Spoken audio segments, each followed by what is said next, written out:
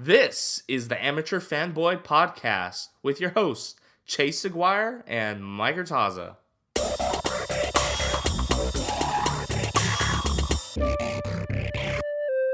Welcome, Chase. Welcome, listeners. We are back. We have gone through every division. You know what we hate. You know what we like. You might call us haters. You might call us homers. But we are here, and now we're moving on to training camp news as well as our running back tier list for fantasy football. That's what we're talking about today. So, Chase, I know Chase is really passionate about this subject with Zeke and his contract holdout. So, Chase, I know you've been fighting some haters on Twitter about it. You believe this contract gets done within the next week or so. I think August 6th, and Mike Fisher, Patrick Walker, if you don't follow those guys on Twitter for Cowboys news, you definitely should. Actually, Patrick just got a job the other day. He's going to be doing CBS Sports, writing for all the teams now, but he's still going to do Cowboys coverage. But he's been one of my favorite follows. Him and Fish are locked in to the Cowboys, their knowledge, everything. Mm-hmm. And basically what they've been piping is, look, August 6th, the date to worry about is August 6th. August 6th is the day that if Ezekiel Elliott does not show up for training camp by August 6th, essentially I think 30 days from the first game of the regular season, he will lose a year of free agency. So the Cowboys will have him for another year essentially, which makes me think, look, he's going to have to come to there's going to have to be someone that's going to have to bend. The Cowboys really, for the most part, have the leverage. And I hate saying that about Jerry Jones came out saying that you don't need to win a Super Bowl with a... that's another thing I wanted. If you listen to the whole quote, he never said that. He said that, but he didn't mean it with exactly the way they like, obviously, he knows Zeke is important to this team. Mm-hmm. He knows that Zeke is the team. He's not the entire team, but in order to any team needs a solid running back. I get the Patriots have done it with the three guys, and the Patriots are just different, and that's fine. But 9 times out of 10, you need a solid, definitive, not necessarily workhorse, but a solid running back in the backfield. If you don't have a solid running back, for the most part, your offense can't flow. Well, I would take that to an exception. Let me. I get it. There's some teams that have 3 really good backs, and that works, and that's fine. But for the most part, you really do need a solid running back, and that's why I think the Cowboys know this, and Zeke also knows more, especially to their offense, and that's fine. But I think that's what separates the Cowboys from other teams is having an Ezekiel Elliott. I think that's beneficial to them, and I think that's why if they ever figure out how to be creative with the weapons they have and Dak and that offense, that's where they can be the most lethal offense in the league. And that's why I think that they can separate themselves. But going back to the contract, that you expect them to sign him to a higher guarantee and a lower annual actual. I think his average. Sorry to interrupt you. I think his average annual value will be right around Gurley. Probably not. If it's above Gurley, it'll literally be right above it, maybe like $1 million over it. But where he's gonna reset the market in some aspects is with his guaranteed money, and that's where I think they're gonna come. Like Zeke's probably saying, "Hey, look, I want to get paid like the best running back in the league," and the Cowboys like, "Okay, well, here's how we can do that. We can give you more guarantees. We can give you more money up front." And I think that's where it's gonna happen. I think that's the one thing that players in the past decade had focused more is on the annual amount, which to me doesn't mean anything. No, it doesn't matter because that doesn't give you any leverage long term. Could you pull up off the top of your head? Gurley makes I think 14 a year. No, not his average. Guaranteed. Yeah, I'll bring it up right now because then I can throw out a number that I think his guaranteed will be. I think it'll be probably about another 5, maybe 10 million more guaranteed, give or take.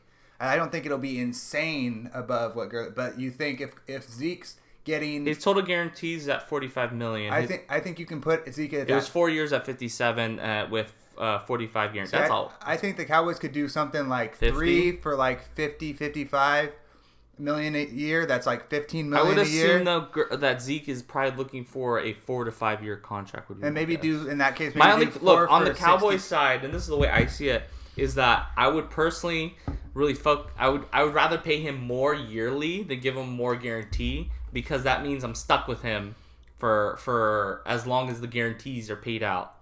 So that's where the breakdown is. There could be an option yearly that pushes the guarantees Right. where the Cowboys can opt out.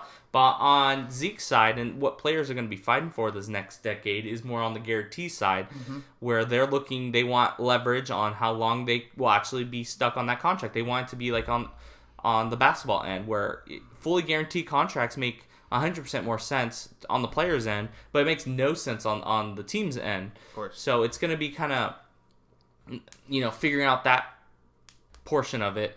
I would assume, though, yeah, he'll probably if the Cowboys offered him Gurley's contract, would he take it? The exact contract. He would probably want a little bit more guaranteed money. I think that from what I've been reading and from the reports I've seen, it sounds like that Zeke's camp, and maybe not Zeke in particular, but Zeke's camp is upset with Gurley's contract because of how much it messed up, how bad it's structured. And I think that's what Zeke's contract will be different. And what do you mean by bad it's structured? I think it was bad structured as far as honestly, I didn't really read into well, not read into it, but So I'm trying to think of the guy that put out there that said that essentially that Zeke's camp well, is it looks upset like with how bad his Gurley's contract looks. Gurley's contract, half of it is signing bonus, which is every year it's about $5 million starting 2019, 5, and then 2023 is at 7. But his actual guarantees, and maybe that's where it says the guaranteed money. But I mean, there's dead cap space up until 2022 for Gurley's, but it's only $4 million. Really, after 2020, they could technically get out of the Gurley contract because it would only, after 2020, it's only $25 million in dead cap space. 2020. And maybe they're looking at it from the players' aspect that owners shouldn't be able to do something like that. And maybe that's where they're upset. But I don't have any problem with. Look, end of the day, it's going to be tough for a running back, and maybe Zeke completely changes the game here for that position. But it's hard for me to see a team provide a running back with long-term, high guarantee contracts just because it just doesn't make sense. I just think there's a couple running backs when you look at them that change that, and Zeke. And to me, that's Zeke and Gurley that before his arthritis, that they're just different. Well, that's the big issue with built different. With there's a couple things though. The league is completely changing to a running back system. We've seen this for this past decade, which completely devalues them. But at the same time, it's not, because running backs are getting targeted way more now than they did a decade ago. They're being a lot more active in the receiving game, which kind of makes them a little more important. But it's going to be interesting when Kamara's contract comes up, and he could say he's a receiver and try to get valued at that. We'll see how that plays out. The last thing I'll say about this is, look, like you said, running backs are getting devalued, but for the most part, that is true. But for me, when there's running backs like a Todd Gurley, like a Ezekiel Elliott, I would even throw Kamara and Christian McCaffrey in there. Guys that just can do it all and that are just, you pay the money for that. The only problem here is every year there's always a back in mid-round to, a undrafted player that ends up starting, that ends up being one of the top 10 backs in the league. That's my only one if. There's always opportunity to find talented players because those players are being devalued. I mean, back in the day, running backs were the first pick in the draft. Now, they're hardly even drafted in the first round at this point, unless there's a talented back that can completely change your team, like Saquon or Zeke. So, like I said, it'll be interesting if this contract, if they finally get an agreement within the next week or so. I'm gonna assume it just happens. I want to see how it kind of plays out, because this is affecting Melvin Gordon. This is going to affect every running back that's potentially in the next decade. So we'll see how this plays out. But moving on, it looks like we are having some injuries in camp. We all heard about AJ Green, and so he'll probably be out till potentially week 1 or 2. He might be back. I'm gonna guess on a safe side, I would assume he's out for at least first couple weeks of the season. I can't imagine which is gonna make the Bengals not any better. It's gonna be tough, and then he's gonna kind of be rusty because he's not playing. I would agree with you. I would say the best case scenario is he's ready week 1. The most likely or probably worst case scenario is that he probably misses anywhere from 2 to 3 weeks. Yeah, I would agree. Right now he'll be out till the beginning of season, so we'll see how that plays out. Hopefully, I know he had a procedure done today, so we'll see. They say he's on track to start week 1, but like I said, we'll have to wait and see how he progresses. Especially since it's a new system, it's a new offense. Yeah. It's gonna affect that whole team. I'm curious to see how this plays out, especially Mixon. I mean, now they're and we'll get into the fantasy aspect of that too. Anything else you want to speak to? I know the Seahawks first rounder got injured, but it looks like he's fine. I know Rico Gathers for the Cowboys has an ankle injury, which I don't really care too much about that. I don't think Rico Gathers is going to figure too much into the offense this year with Witten back and Jarwin and Schultz there. I think Gathers is probably not going to be too long for the roster. But I did see before I came in here that Taco was holding his back towards the end of training camp. God, he's not going to. They're going to cut his ass. But again, to me, those are two guys that I really don't figure to be Taco. too Taco long. They were trying to offload him this summer. Like, I mean, this fall, this spring. If it's not a DeMarcus Lawrence or a Tyron Crawford, at this point, Taco's probably outside looking in. Would you say? Yeah, Taco, 100%. Yeah, they're so deep with Tristan Hill now, and even Joe Jackson has been looking good in camp too. And I think that the other guy that I'm excited about is John Vea Johnson, the receiver. Mm-hmm. He's looking him and Guyton are looking really impressive. We'll see how, because I will see how if they continue to look this well into preseason games, then we'll start including them higher. But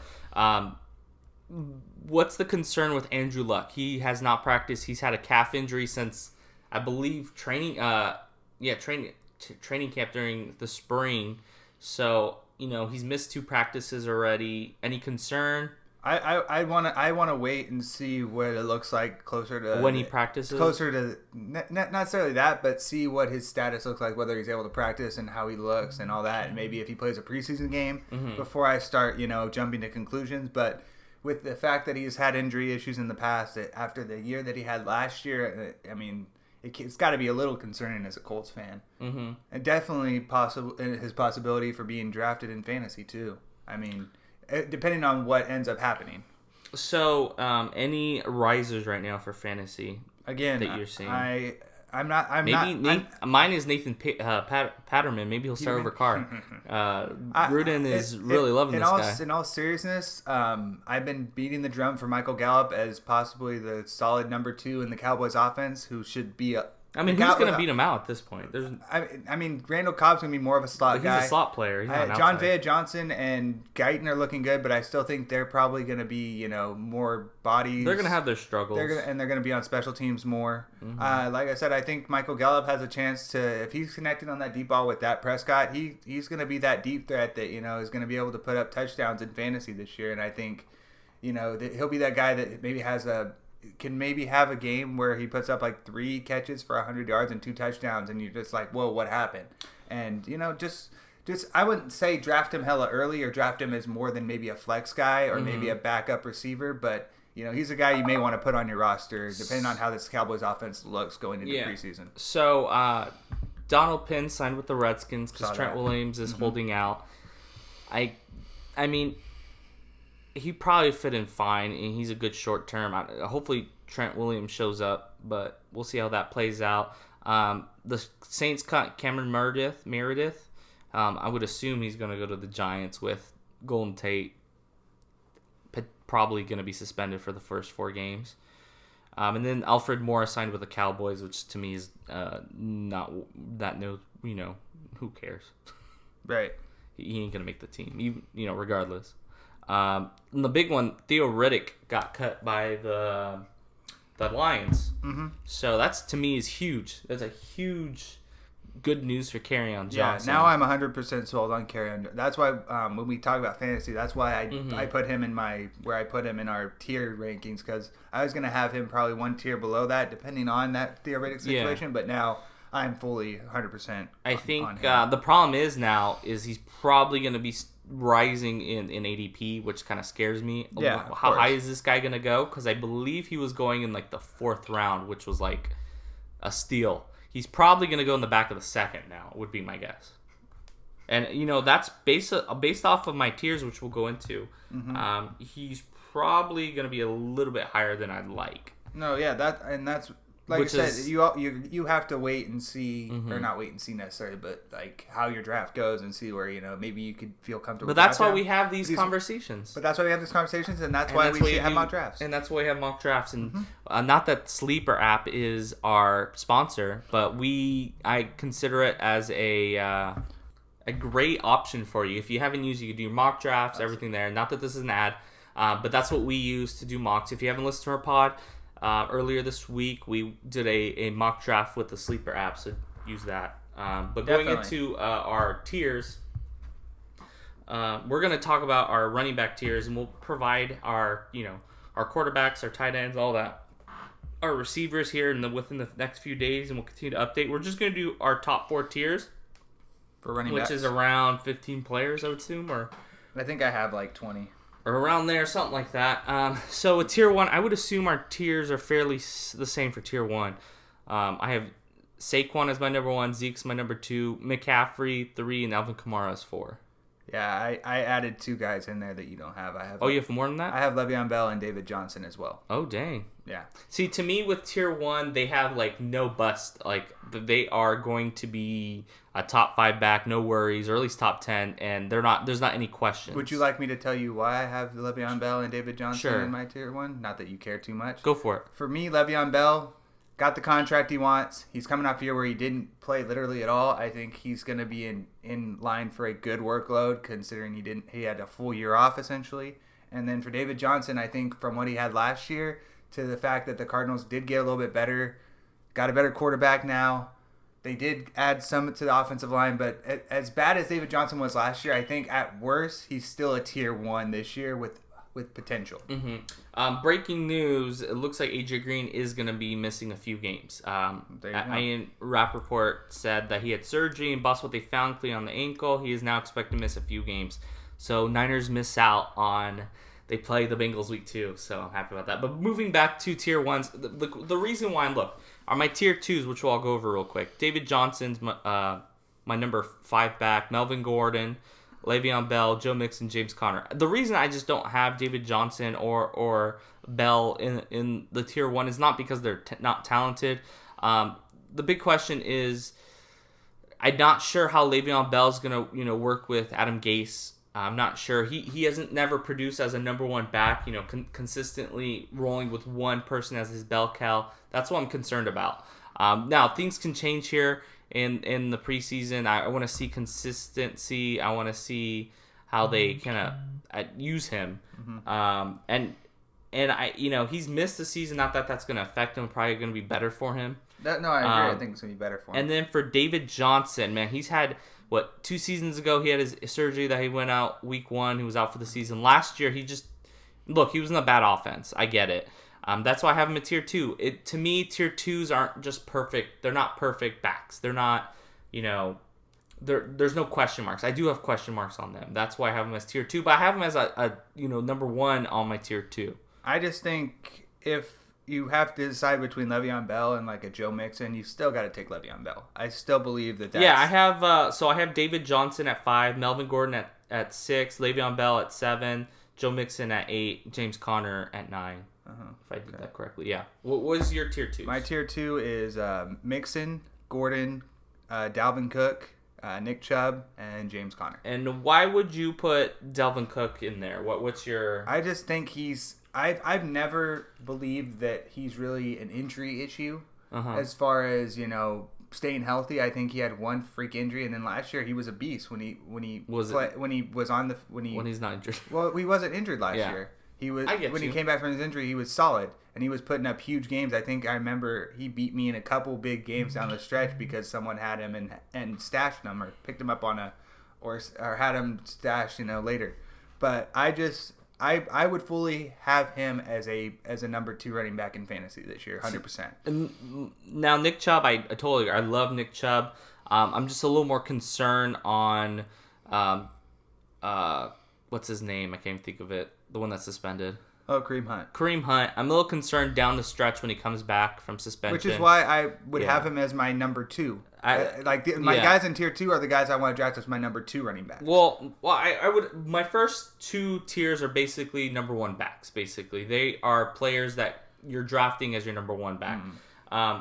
My tier 3 is more of like they're like low end 1s, high end 2s.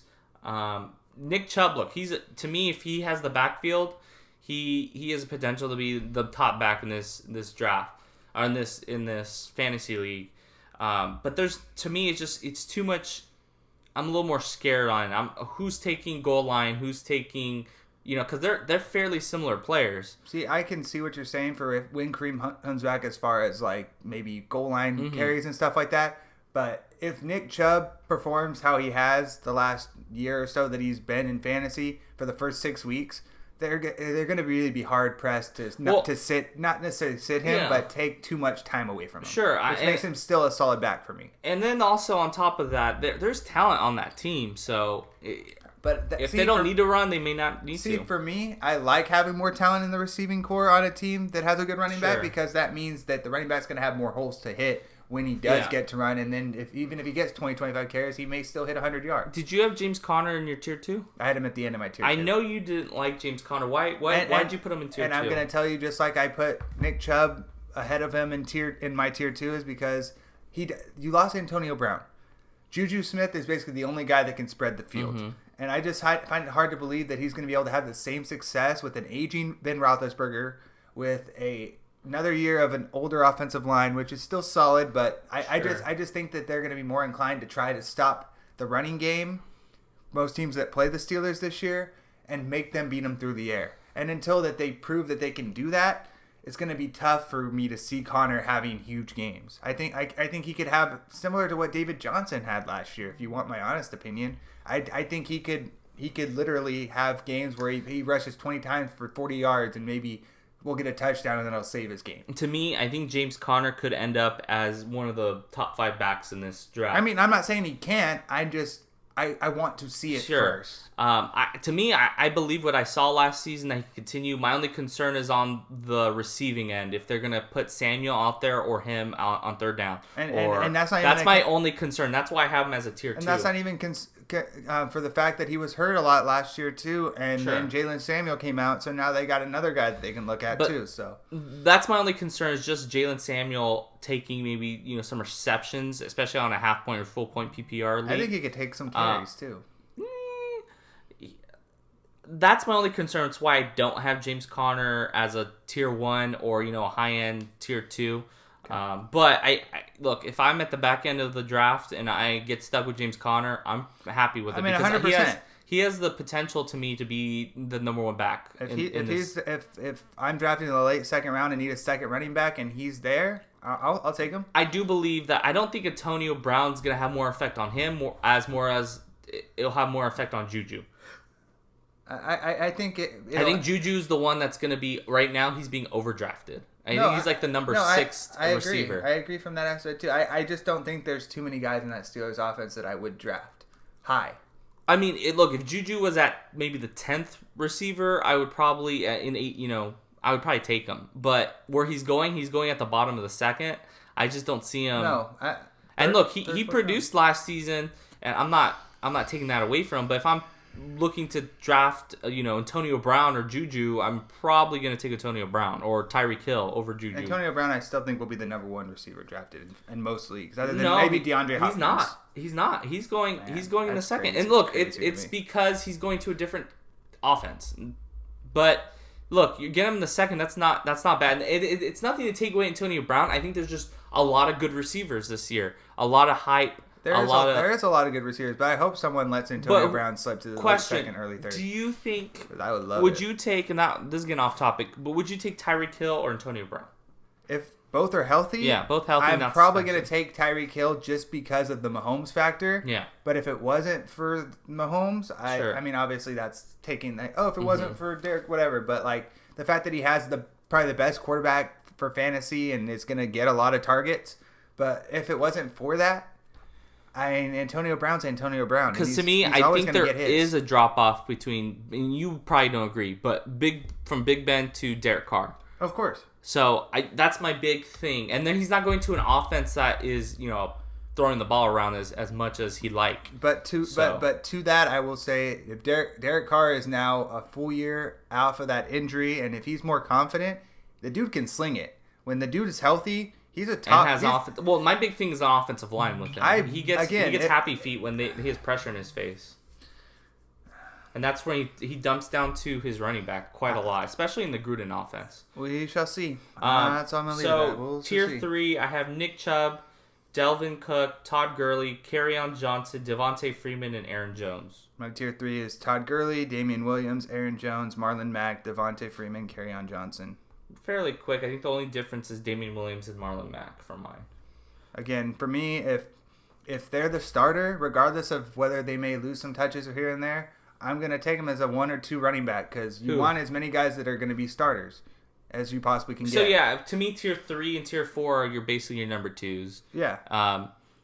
If you do get stuck, if you do somehow end up with these guys at 1s, I mean, there is some potential in the tier 3. I mean, like, Nick Chubb could be, he probably going to end up with a top 10 back if everything goes well. Delvin Cook, there's just a lot of this.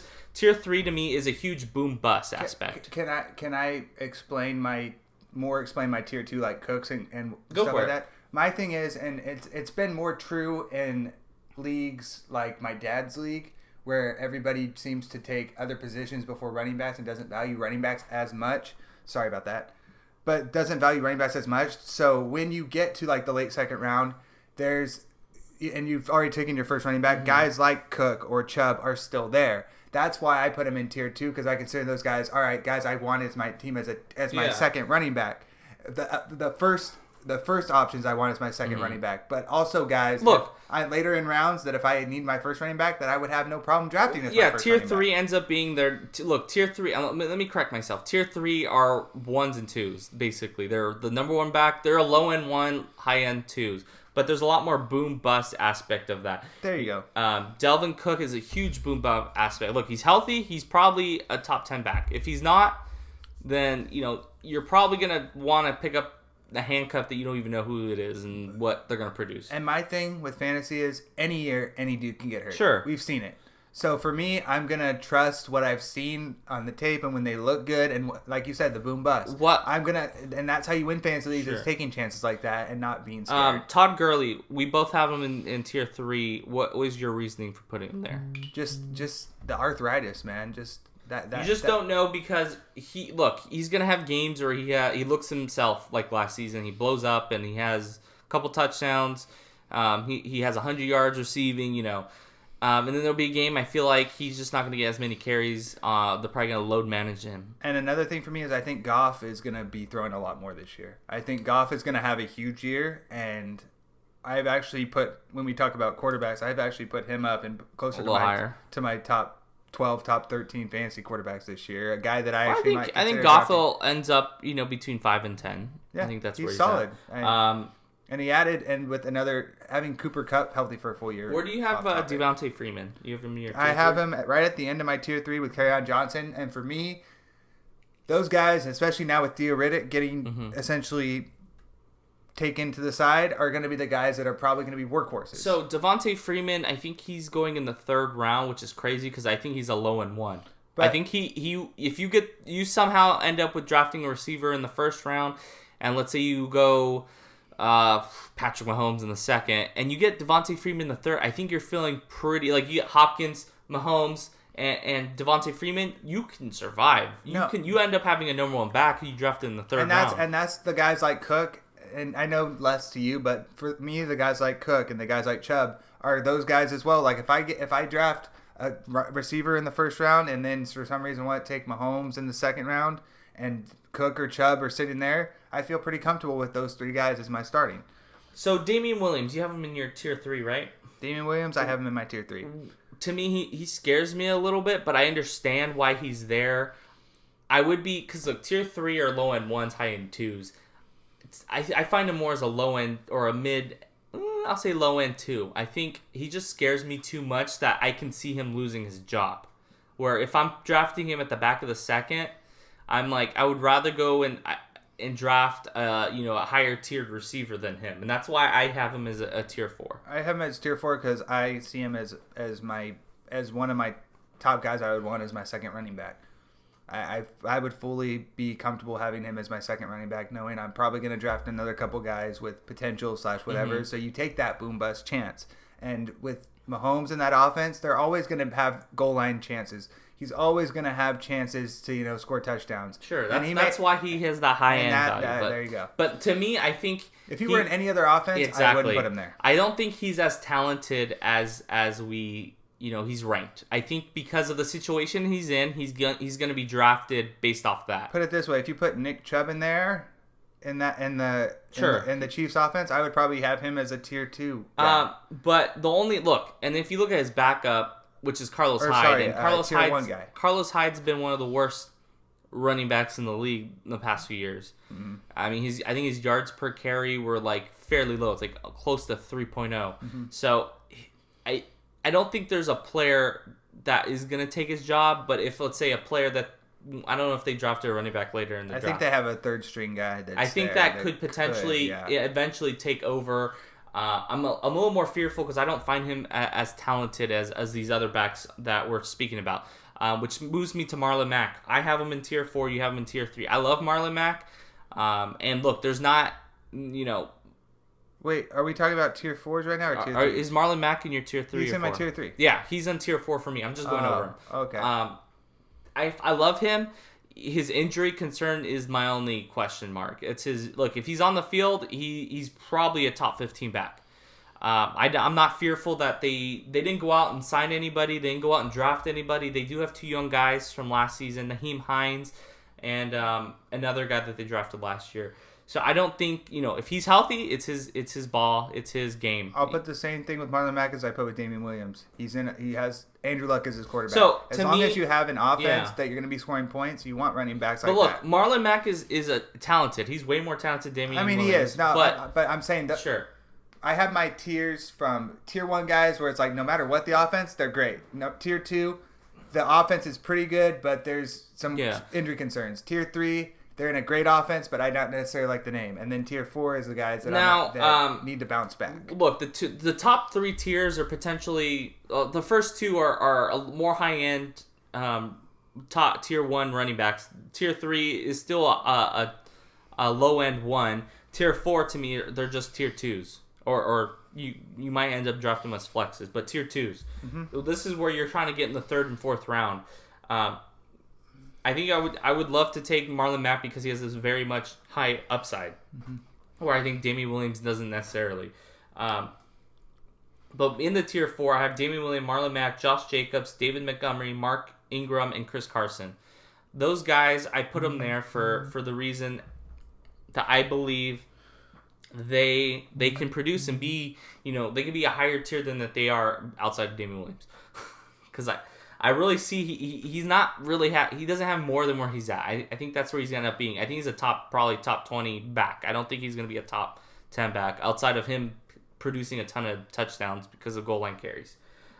Josh Jacobs, I think, is going to have an opportunity to be the back right away. I think he's going to start for the Raiders. He looks phenomenal on the receiving end. I saw today he had like a one-handed catch in camp. So I think they're going to give him every opportunity to start. So that's why I have him in tier 4. I've been targeting him in a lot of my mock drafts, and he's probably going to rise. So I'll probably, he'll probably end up going at the back end of the second by the time, towards the end of August where we're doing our drafts. Mm-hmm. But right now, I think he's going a very safe location. I like to target at least one rookie typically. No, of course. And that's why I like Josh Jacobs and David Montgomery. I think both of them have an opportunity to start, or at least start very soon, and excel. I think David Montgomery runs into Kareem Hunt. It wouldn't surprise me if he had like a similar season as Kareem Hunt did his rookie year, where he's leading. I'm not saying he's leading the NFL in rushing, but he's producing, and he's a fantasy steal. And then Mark Ingram, I think he has an opportunity to be the lead back in the Ravens offense, who are going to expect to run the ball. So that's where I have him there. Did you have Mark Ingram in any of those? I have Mark Ingram in my tier 4. Who's your tier 4s real quick? My tier 4, I think the only difference we have, we have a couple differences. Or I have a couple extra guys in there. I have Darius Geis in there. I have Sony Michel in there. I also have Leonard Fournette. Then I have David Montgomery, Mark Ingram, Kenyon Drake, and Tevin Coleman. For me, the guy that I really want to talk about is Kenyon Drake. I think the reason I have him as my tier 4 and not maybe a tier 3 or tier 2 is because of the offense he's in. And if he, for some reason, isn't getting the carries, he could end up basically being a non-factor. And that's what worries me. And that's what worries me a lot. He's not even the starter right now in camp.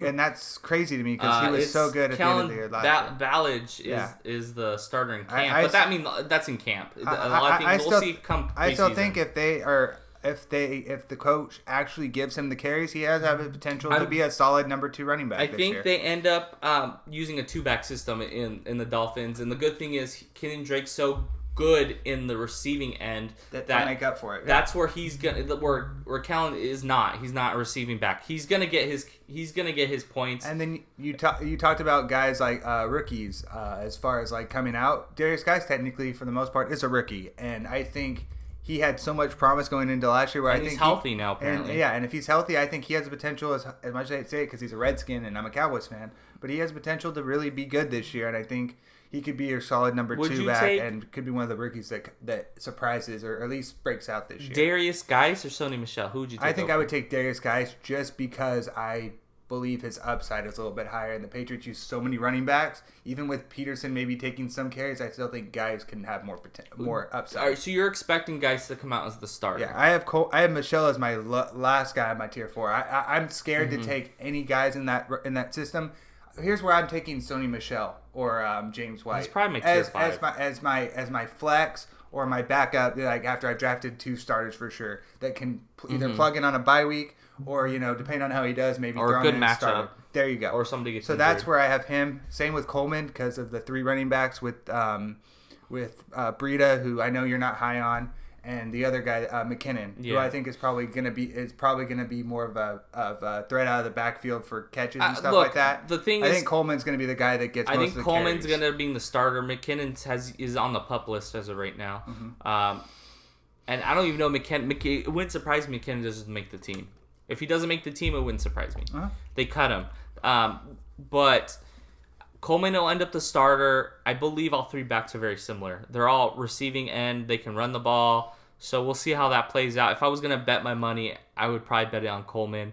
But I think McKinnon's ADP is extremely low. I think he's going like the 12th round. If they don't cut him and if healthy, he makes a team, I would take a flyer on him as a potential, Look, Kyle Shanahan had to modify the offense when McKinnon tore his ACL. That was right before week 1. He had to completely change the offense.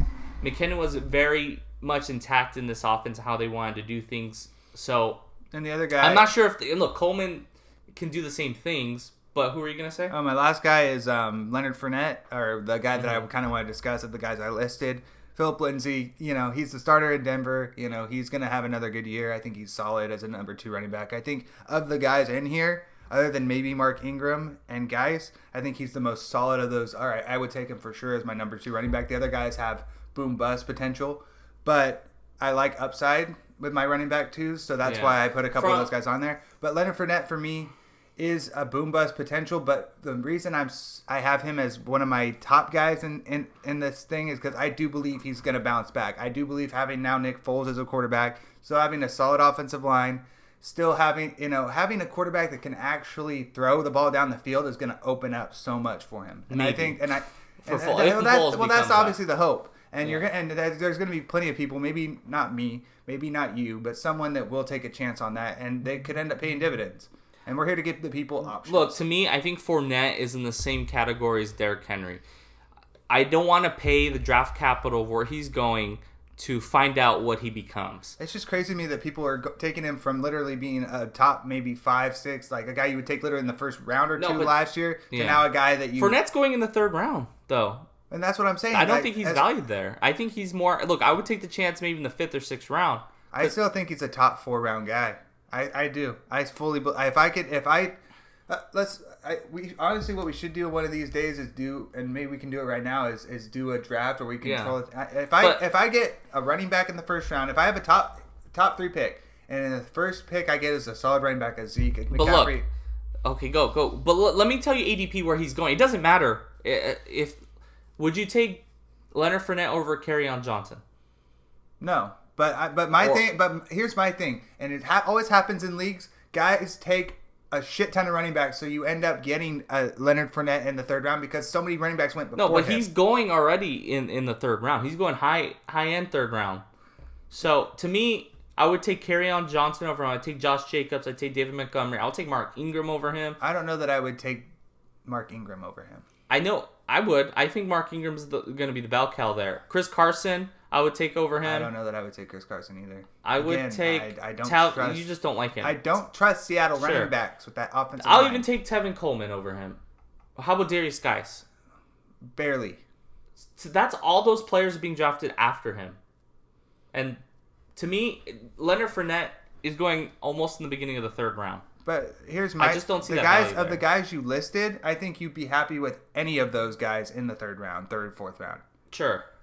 So, but to me, like I said, if I'm going to take the chance, and this is the same thing with Derrick Henry, if they're going in the 5th round, I would take that chance because look, these players that are going behind him, I think have more talent.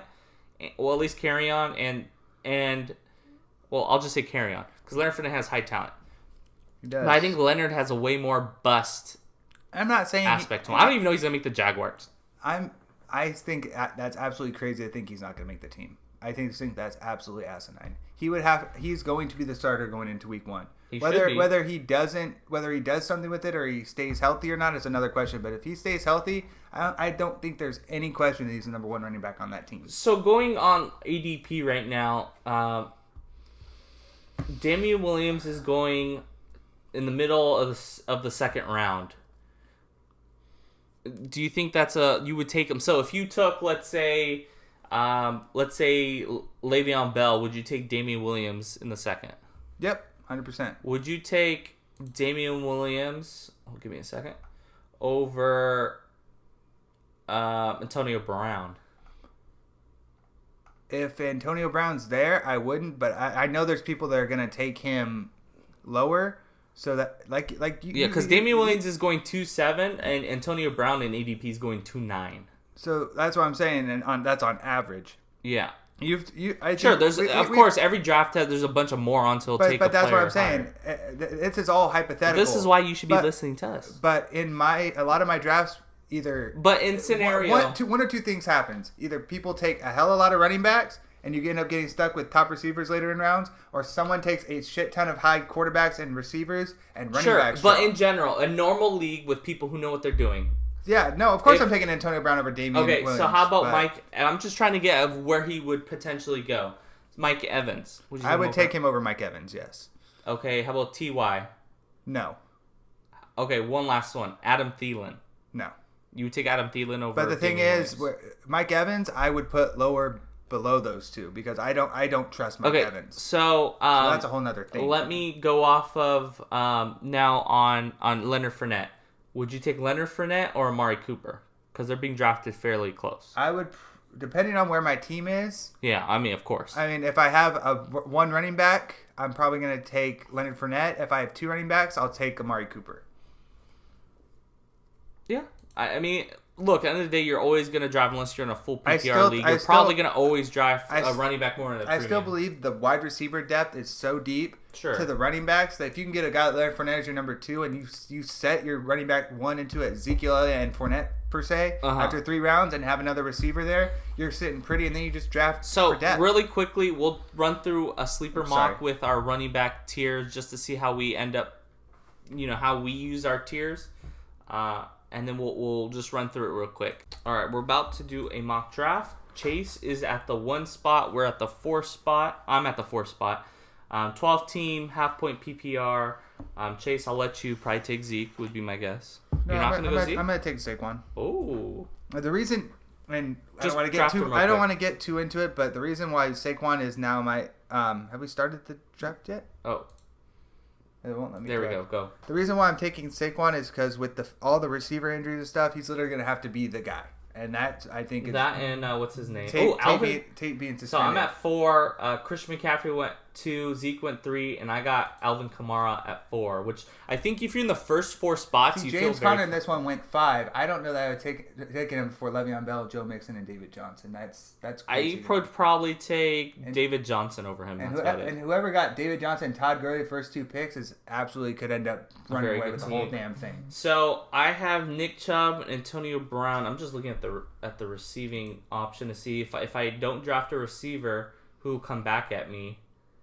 And like at worst scenario, I might end up with like Amari Cooper. So and Nick Chubb is there, and well, see, right, if I were in Chubb is my Nick Chubb is my top tier 3. If I were in your spot right now, I would take Nick Chubb right now. Yeah, I would take Nick Chubb because I think somebody's gonna come around to me. Oh yeah. Look, my 2 receivers went though, but what I know is at least I'm fairly confident. And Leonard Fournette's right there, and I can get another guy with him, so I'm going to take him there. This is a situation where I would take Leonard Fournette, and then I would look at wide receivers, and you have T.Y. Hilton sitting right there, and Adam Thielen. I'm probably going to take Thielen, just because not sure about Andrew Luck's. So damn, Derrick Henry went hella high in this one. Yeah, well, he's going about right there. That's crazy to me. Keenan Allen. So I have Alvin Kamara, Nick Chubb. I have a low-end one in Keenan Allen. I'm fine with that. I'm probably going to have to go heavy here. Patrick Mahomes is off in the 3rd. I feel like that's fairly low for him. Look, if you're in a lower team, if you're in 10 or 8 team league, I would probably get Patrick Mahomes in the 2nd. I'll take the chance. All right, it's back to me. This is the one I was talking about where there's a lot of running backs there. I think I'm going to take Mark Ingram as my number 3, which I have him as a tier 4. I think I'm going to take it and be happy with that. Yeah, there's a lot of receivers. And I think right here I would be perfectly happy taking Sony Michel, 100%. And I get another pick anyway. So I think having him in either the 4th or 5th, whatever you want to consider him as. Hey, we dropped solid for value.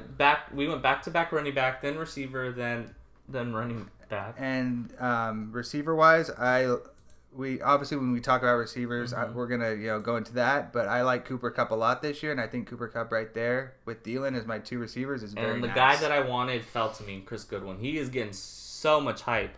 And I think he has a reason to. I don't trust Mike Evans. I do not trust Mike Evans, and I don't think Mike Evans gone yet? Yeah, he's gone. Oh, he has gone. He's gone away earlier. Hopefully my guy comes back to me. Yes. So Dante Pettis there as my number 3 receiver. I feel very well with that and my receiver. I'm looking at now. I don't really like the receivers that are there, and I have 2 receivers. I feel like the depth now you're looking at tight between no, but I'm looking at running back again. Between where everything's at, I like Geis a lot, and I think if you get Geis in the 6th round, that's an absolute freaking steal. I like him right there. And then I can go on the back and get a wide receiver that I feel more comfortable with drafting in the 7th round. And I think I feel pretty confident drafting not Allen Robinson, Marvin Jones here. Now, none of my tier running backs are here. They're all gone. Right now I'm just peeking at the tight end position. I think I might take Jared Cook here. Yeah, I'll take Jared Cook and not have to worry about that position. I feel fairly confident that my running backs are very well maintained. I can handle it during the season. I have Alvin Kamara, Nick Chubb, Keenan Allen, Mark Ingram, Chris Goodwin, Dante Pettis, Jared Cook. And Chase has Saquon, Fournette, Adam Thielen, Sony Michel, Cooper Kupp, Darius Geis, and Marvin Jones. And don't get me wrong, after Saquon and Thielen and Kupp, those are a lot of boom bust guys, but that's a lot of potential there. Mm-hmm. So it's back to me, and I'm just peeking at what's available. I'm not necessarily liking anybody at the running back position at this point. So I think I'm going to take MVS from the Packers as my number 4. I think now's the time where I'm going to look at quarterbacks, and I'm really high on him this year. And I think he's... Goff? Yeah, Goff. I'd take Goff there. And then I'm going to go running back, looking at might as well get my handcuff for whatchamacallit there, since I got three Adrian receivers Peterson? and get Adrian Peterson. And so back to And then me. hope I can come back and get a good solid receiver depth for my backup receiver. I'm not loving the running backs at this point. I feel like there's some guys that'll come back around that I like a lot more. So now I'm sticking to the quarterback position, and I'm looking. Russell Wilson's there in the pretty late, but I think I just like the run. There's so many good quarterbacks here that I feel like somebody's gonna come back around to me. So I think I'm going to look at the. I don't necessarily like anybody here. I didn't like anybody really at the Yeah. receiver. If it wasn't for Peterson being think- there, I probably would have taken a receiver. I think I'm going to take a chance with LaShawn McCoy. Yeah, I'll take LaShawn McCoy as a high value. Like if he's on the team. I would have definitely looked at him coming back around for sure. Just as a Or fourth back. or if I was in the later positions Mhm. for sure. And it's coming back to me. Damn, DK Metcalf went hella late here. And It's I'm crazy to me. pretty happy because Philip Rivers is there in the 10th round. And it's probably the earliest I've drafted a quarterback in a bit. And wow, a bunch of quarterbacks went off the board. Good thing I went quarterback. I like Jared Goff there. Jared Goff? Jared Goff. I said Jared Goff. Fuck you. And now here's where I'm probably gonna start looking at maybe taking a tight end. Wow, I've taken a tight end before you. That's crazy. Because I do like a couple guys here. I do like Austin Hooper a lot. I do like his rapport with Matt Ryan and how well he does there. So I'm going to take him there, especially if you have to draft a tight end. If you don't, then I would take a couple receivers here. But then I'm going to look at receivers. And obviously before his suspension, I would have taken Golden Tate here. Well, he probably would have went earlier than that. But that's what I'm saying. But now as my fourth receiver, needing essentially that guy to basically be a guy that's going to play 16 games. Probably look at Kuti there. On my end, now I'm looking at Devin Singletary as I'm high on this guy. I think since I took LaShawn McCoy, might as well go get his potential. I'm not drafting Frank Gore, but as a potential starter if LaShawn gets cut. And it's coming back to me. Damn, a lot of freaking defenses have gone already. Yeah, people are crazy. Yep. Mm-hmm. And you know what? I don't normally do this, but I'm going to take a second quarterback and Jimmy Garoppolo as my high value there. High value backup. Lamar Jackson would be also a steal. I'm probably going to take a quarterback here just because I get 2 picks. And I'm not necessarily high on him, but I took him last year. And I think he has a potential with a better offense this year to look good. And I think I'll go with Derek Carr. Ooh, over Kirk Cousins. Mm-hmm. I don't trust Kirk Cousins. And then Nyheim Hines here as a solid guy. So at this point, I have 1, 2, 3, 4, 5. I like to end up with 6 running backs. And I got 6. Kalen Ballage, he might be the starter there, so I'm taking him as a potential starter option there. And then I have 4 receivers, so I'll probably end up drafting one more and not drafting a kicker. If your league allows you to not draft a kicker, don't draft a kicker. Or even a defense. You could always do that, and it's back to me. And is there anyone that I'm just like loving? Not necessarily.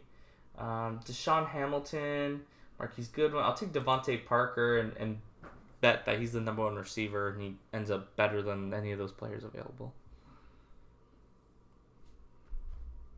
I'm going to go ahead and take a chance on my boy Michael Gallup here. Draft my Cowboy. And then I already got my 6 running backs, so I'm going to go ahead and draft a defense here. And I'm going to take the Eagles defense. And I'm going to take the Jets. I like my team. I mean, you had a good team too. Yeah, I feel very competent. So if I ended up with that in a 12-team league, I'd probably be pretty. Yeah, I'm happy. pretty happy. Look, my only downside is I don't necessarily love my receiving core, but I can deal with it. I think my receivers are. I'm so deep at that position. Even you are deep. I really like Nick Chubb as my number 2. Mark Ingram is my number 3. I just like the upside here, and like you're talking about upside. You got guys who could end up being the starter, and he's my 4th running back I drafted. Sony Michel, if he gets a lot of the hires, he's my number 3. So I have options there, and then even Peterson, if Geis doesn't, I got both of them. And then Hines, we talked about a lot with Marlon Mack. Could possibly get some play in PPR. And then I was still able to get Adam Thielen, Cooper Kupp, and Marvin Jones, who in my opinion are all number 1 and 2s. And then Kiki Kuti as a little sleeper, and then Michael Gallup as a sleeper. And after, honestly, as long as I get 2 to 3 solid receivers, I'm cool with having a couple sleeper receivers. Yeah, I like to have players at the back end of the draft that I'm able to cut without any I have to hold them. Like if for some reason Gallup or Kuti doesn't end up doing anything, I can cut him. Yeah, Parker, Ballage, Singletary, even Jimmy G. I can cut these players, and I can go out there in week 1 after that and go and get a player that I want to pick up. So we'll continue to kind of update you on how we draft and how we kind of do things. So stick with us. Yep. We will have a great one with you guys. And take care, guys. Bye.